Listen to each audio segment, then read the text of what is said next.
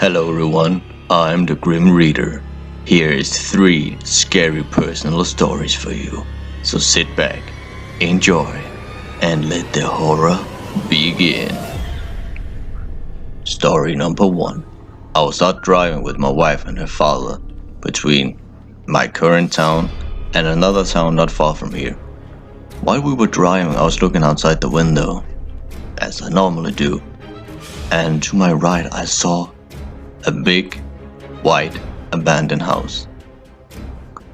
And my wife and I talked about for a long time going on ghost adventures and seeking out abandoned houses or haunted houses to confirm or not confirm that there's ghosts there. So when I spotted this house, I was very excited and I told her, I was like, "Look, there's a white abandoned house right there. We're driving just past it now."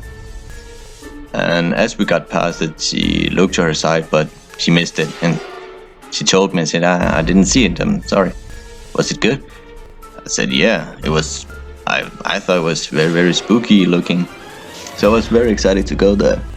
So we talked about it and we agreed to try to explore the house. Some time passed and a week or two, and we drive on the same road, but this time the house was gone. I mean, completely gone. Not demolished or anything. It was like it was never there to begin with. I was confused and I told her that the house should be right here. It should be right there in the field. But there was nothing. No proof that the house ever existed or been torn down. I mean, we just been there some time ago and I could not explain it. Unfortunately, my wife did not see the house. She could not confirm if there actually were a house or if I was just seeing things. But I'm positive. I'm not just seeing things. There were a house there. I know it. A big, white, abandoned house. Now, it's not there anymore. So, did I see a ghost house? Or was it a glitch in the Matrix? Story number 2. This is not one of my favorite stories. I do not like telling this story. It gives me the creeps every time I tell it and goosebumps. In 2014, when I was 13, just before my 14th birthday, we hold something in Denmark called a confirmation. It's basically a confirmation when you get baptized that you still believe in God and all that stuff. I just did it to get presents and money.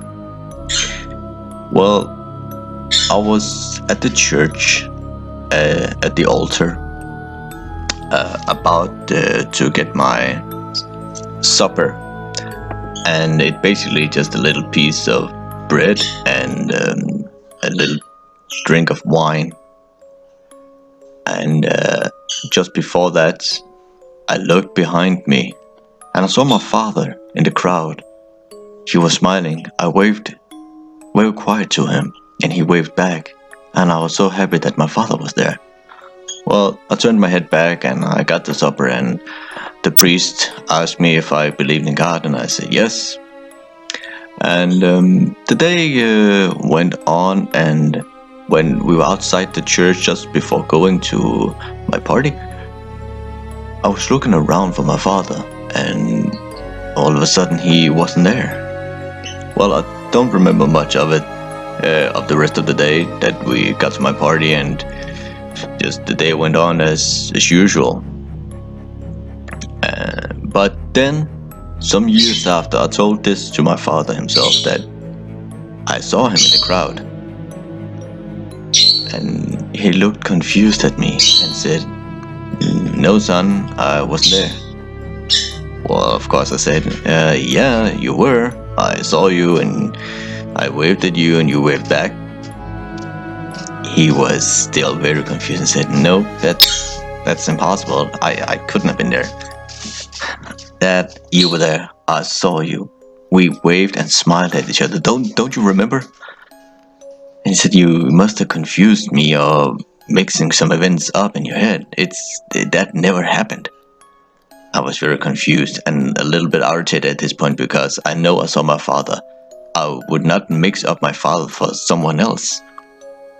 And I said, well, I know you were there, and I don't care what you say, because you were there, and that's it.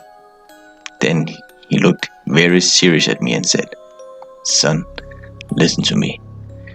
It's 100% impossible for me to have been to your confirmation at the church. And I said, why?